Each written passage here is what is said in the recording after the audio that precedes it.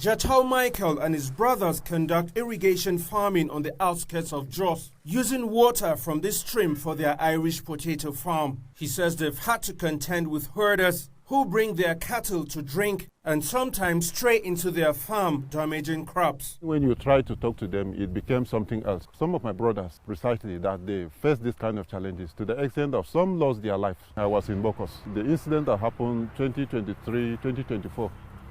I'm one of the eyewitnesses.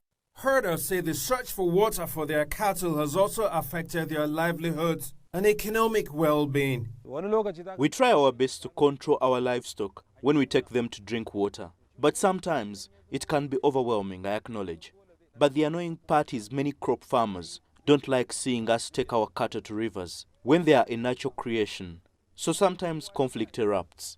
Nigeria has one of the world's worst rates of water access. The United Nations says over 100 million people in the country lack access to water for their basic daily needs. The situation gets worse during the dry season, which spans from November to March, where little rain falls and water sources dry up.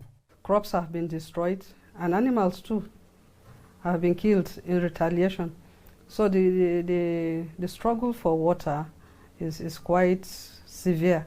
One of the major impacts of climate change is the fact that water sources have shrunk and some have even dried off completely. The conflict has led to reduced food cultivation, with the World Food Programme projecting that about 35 million people in the country will experience food insecurity this year.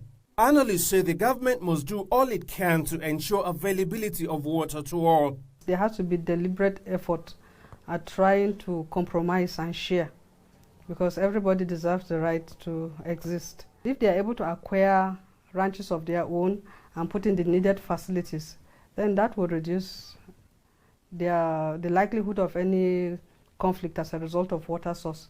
The government says it is working towards the provision of water for all by 2030, in line with the UN Sustainable Development Goals. It has established river basin development authorities to manage water resources, while also turning to the private sector to invest in water supply. It has created a livestock ministry, mandating it to come up with initiatives to ensure conflict between crop farmers and pastoralists is reduced. Tessem Akende, CGTN Jos.